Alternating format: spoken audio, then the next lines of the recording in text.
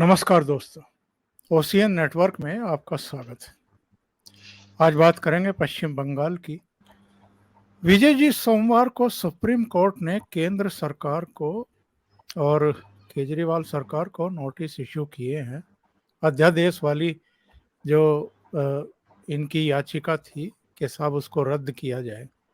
रद्द तो नहीं किया सुप्रीम कोर्ट ने, रद्द कर सकती थी अगर वो इनकी याचिका में कोई बहुत उस तरह का तथ्य देखती।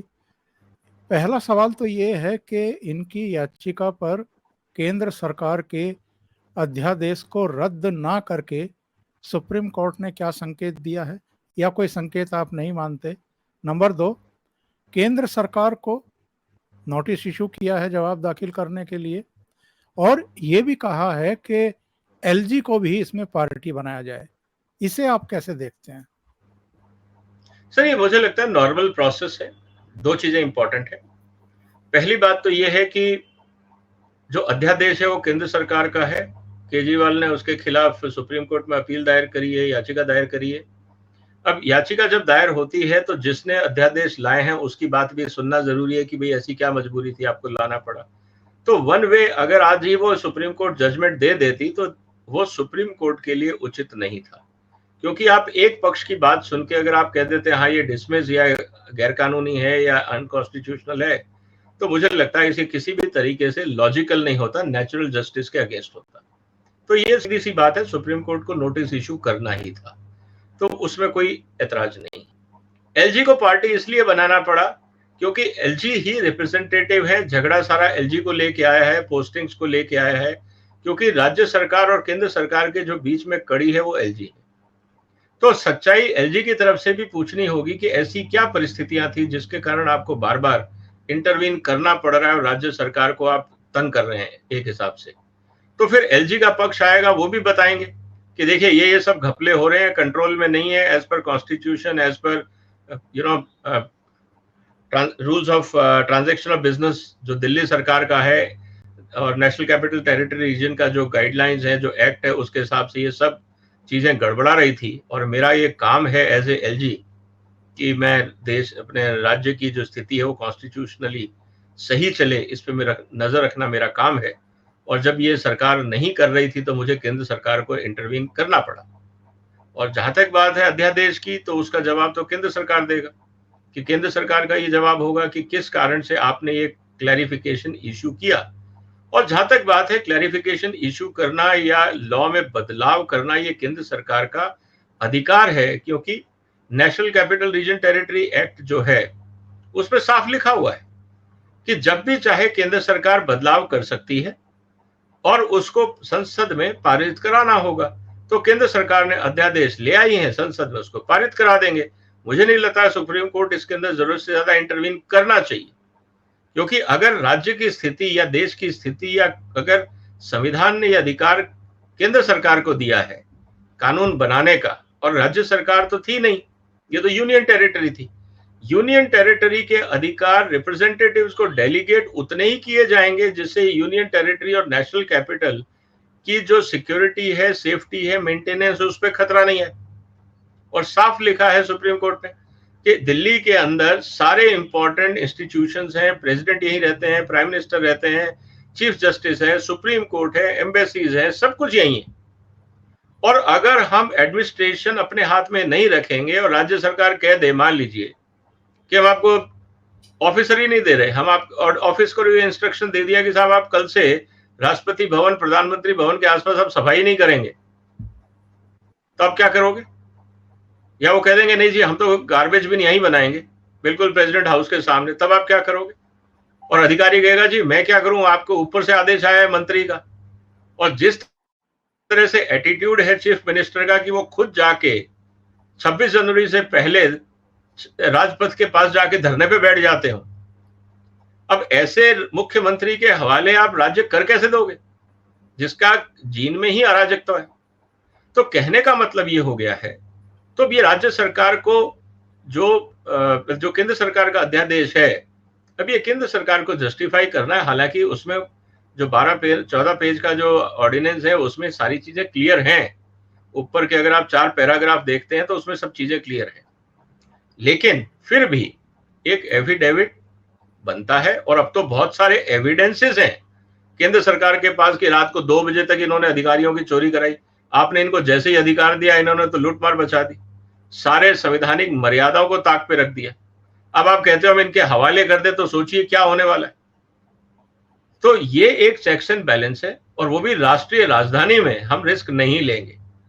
और मुझे लगता है कि सुप्रीम कोर्ट को इसको पॉलिटिकल नजर से ना देख के केंद्रीय जो सरकार की चिंता है एक राष्ट्रीय राजधानी के लिए, उसको मद्देनजर रखते हुए विचार करना चाहिए।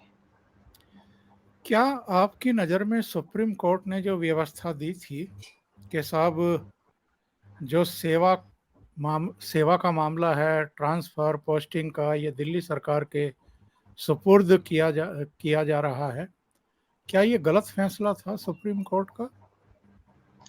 देखिए, सुप्रीम कोर्ट ने जो वहां पे अगर आप प्रोविजनिंग देखेंगे उसमें जो कहा था कि एडमिनिस्ट्रेशन जो खासकर यूपीएससी के जो अधिकारी हैं, जो स्टेट पब्लिक कमीशन के जो अधिकारी हैं, उनका नियंत्रण केंद्र सरकार पे होगा।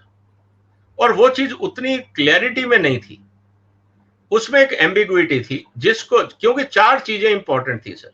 दिल्ली में 4 चीजें हैं जो केंद्र सरकार के पास थी, बाकी जो स्टेट लिस्ट है उसकी बाकी सारी चीजें राज्य सरकार के पास थी।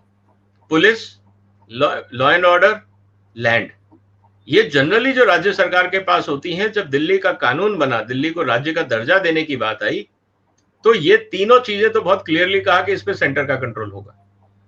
उसके बाद सवाल आया कि जो सर्विसेज हैं उस पे भी ये एम्बिग्विटी रही कि जो लैंग्वेज लिखी गई थी कानून में वो ये था कि रिलेटेड मैन पावर जो officials will be managed by और as per the instruction of central government YLG। उसमें यह था कि फिर ये हमारे अधिकारी हमारे कंट्रोल में नहीं है तो हम काम कैसे करें। और ये 7-8 साल चला है मुकदमा, 15 का केस है, अब जाके रिजल्ट आया इसका। तो कहने का मतलब ये है कि शीला दीक्षित ने भी काम किया, वाजपेयी साहब की सरकार थी, शीला दीक्षित की स्टेटमेंट थी, काम हो रहा था। कहने का मतलब ये है कि अगर आप तालमेल बना के रखते तो कोई दिक्कत नहीं थी, लेकिन एक कन्फ्रंटेशन का एटीट्यूड है, क्योंकि वो हमेशा एक्टिविस्ट रहे हैं दिल्ली के मुख्यमंत्री। उन्होंने कानून को और संविधान को तोड़ना ही एक्टिविस्ट का रोल रहता है कि मैं आपके सिस्टम को नहीं मानता, मैं मेरा सिस्टम लाऊंगा, क्योंकि मेरे को आपके सिस्टम पसंद नहीं है, इसीलिए तो मैं एक्टिविस्ट बनाऊं कि I am not happy with this. तो जब आप एक्टिविस्ट बन जाते हैं, संविधान को तोड़ने की कोशिश करते हैं, अब आप कहते हैं कि नहीं ऑफिसर भी मेरे कंट्रोल में होंगे। अब सिचुएशन ये है कि अब वो जो एम्बिग्विटी थी वो केंद्र सरकार ने ये अध्यादेश लाके क्लियर कर दी, पहली बात। मान लीजिए दूसरी बात कि अगर ऐसा नहीं भी होती एम्बिग्विटी और केंद्र सरकार कानून बदल के दिल्ली में, आज भी दिल्ली के जो कानून है उसके अंदर अगर संशोधन करती है या फेरबदल करती है, तो ये तो केंद्र सरकार का प्रोरोगेटिव है, इसमें प्रॉब्लम क्या है। हाँ, एक जस्टिफिकेशन होगा कि आप जो भी आपका इंटेंशन था कि एक स्टेट गवर्नमेंट बनाना, अगर आपको लगता है कि स्टेट गवर्नमेंट के अंदर कुछ चीजें ऐसी हैं जो मैनेज नहीं कर पा रहे हैं, उनको वापस अपने पास लेना है। फॉर एग्जाम्पल पॉल्यूशन, ठीक है, हाइपोथेटिकल एग्जाम्पल। अब दिल्ली से पॉल्यूशन मेंटेन नहीं हो रहा, मैनेज नहीं हो रहा है।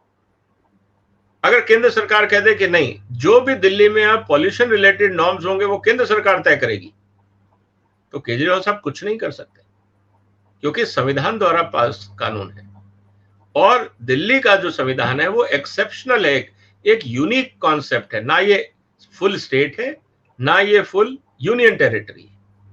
तो ये एक यूनिक मॉडल है, इसलिए इसकी यूनिकनेस को समझना होगा। आप इसको नॉर्मल स्टेट या नॉर्मल यूनियन टेरिटरी की तरह गवर्न नहीं कर सकते, because it is a national capital also. एक बात जो इनके खिलाफ जाएगी वो तो आपने बता दिया है कि जैसे ही इनको अधिकार दिया गया, इन्होंने अर्धरात्रि में सतर्कता विभाग से फाइलें हटाने, चुराने या उनकी फोटोकॉपी कराने की कोशिश की। ये तो सीधा सीधा इनके खिलाफ मामला जाएगा। इन्होंने जो इस पूरे मुद्दे को राजनीतिक फुटबॉल बनाने की कोशिश की, पूरे देश का भ्रमण करना शुरू कर दिया, अलग अलग राजनीतिक दलों से समर्थन मांगना शुरू कर दिया, राज्यसभा में इस बिल को गिरा दिया जाए, ऐसा कुछ प्रयास किया। और एक और चीज आपको याद होगी विजय जी, जब ये अध्यादेश लेकर के आई थी मोदी सरकार, तो इन्होंने जो बयान जारी किए थे या प्रेस कॉन्फ्रेंस की थी, उसमें कहा था कि अब ये केंद्र सरकार बनाम सुप्रीम कोर्ट का मामला हो गया है और केंद्र सरकार ने तो सुप्रीम कोर्ट की अवमानना कर दी है। ये जो इस तरह के बयान और चतुराई करने की केजरीवाल ने कोशिश की थी, वो केवल राजनीतिक लीड लेने के लिए, लाभ लेने के लिए की थी, या ये सुप्रीम कोर्ट और केंद्र सरकार को भी आपस में भिड़ाने की कोशिश कर रहे थे? देखिए, कुछ मानसिकताएं ऐसी होती हैं जिनको हम बोलते हैं आम तौर की भाषा में कि क्रुकेड माइंडसेट।